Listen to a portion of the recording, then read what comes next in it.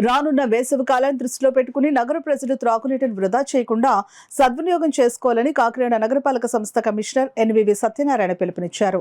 త్రాగునీటిని నిర్లక్ష్యంగా వృధా చేస్తే కఠిన చర్యలు తప్పమని ఆయన స్పష్టం చేశారు. సోమవారం ఉదయం నగరంలోని 6-7 డివిజన్లలో కమిషనర్ విస్తృతంగా పర్యటించారు.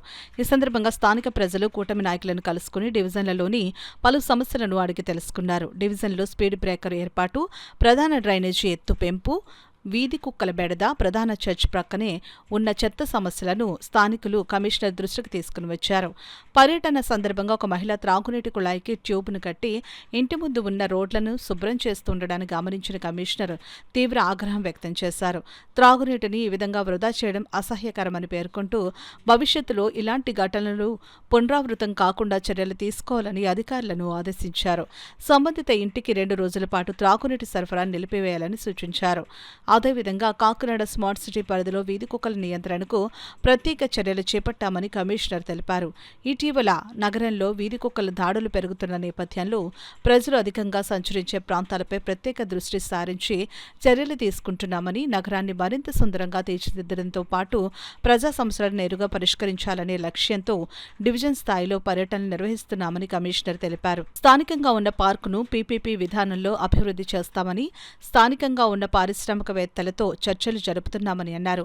ఈ పర్యటనలో health officer doctor Prithvi Charan, sanitation inspector Sudarshan, water works DE Lakshminarayana, town planning supervisor Rammohan, EE Phanindra, కూటమి నాయకులు అంబటి చిన్న, దౌడ్ల చిట్టిబాబు, బొబ్బరాడ ప్రసాద్, కుంచే మధుసూదన్ రావు, కన్నీటి వరప్రసాద్, దొండపాటి లావరాజు, పచ్చిపాల శ్రీను, సంతోష్ తదితరులు పాల్గొన్నారు. లో లెవెల్లో ఉన్న ప్రాంతం వారేమో మంచినీళ్ళు లేక ఇబ్బంది పడే స్థితి కల్పిస్తున్నారు.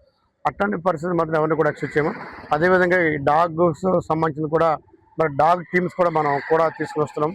డాగ్ టీమ్స్ వచ్చింది. డాగ్ టీమ్స్ కూడా మరి ఏదైతే కొంచెం డాగ్స్ 2 టైప్స్ ఉంటాయి. ఒకటి కొంచెం క్రూషియర్లు, 2 నార్మల్ డాగ్స్ ఉంటాయి. ముందుగా ఈ క్రూషియర్ డాగ్స్ని కూడా తీసుకెళ్ళి మనం అక్కడ వాటికి స్టెరిలైజ్ చేసి వాటికి షెల్టర్ కూడా మనం ఏర్పాటు చేయడం జరిగింది. ఈ డాగ్స్ విషయంలో కూడా మనం చూస్తున్నాము.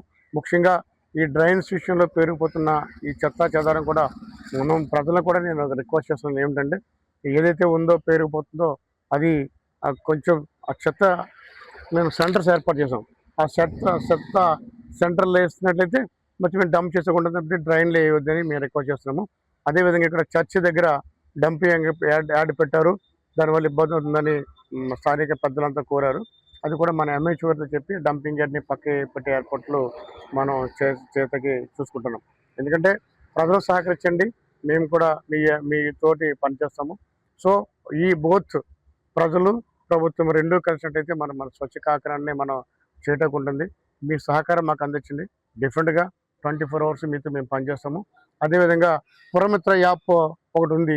ఇక్కడ ఎంతమందికి పురమిత్ర యాప్ ఉందో నాకు తెలియదు. So all should be upload. మీ చిన్న ఆ లైట్లు వెలగట్లేదా అనేది కానీ లేకపోతే డ్రింకింగ్ వాటర్ సరిగ్గా రావట్లేదు కానీ, డ్రైన్ సరిగ్గా రావట్లేదు కానీ ఏదైనా ఉన్నట్లయితే మీరు పురమిత్ర యాప్లో అప్లోడ్ చేసినట్లయితే మేము వచ్చి దాన్ని వితిన్ 24 అవర్స్లో మనం చేసుకోవడం జరుగుతుంది.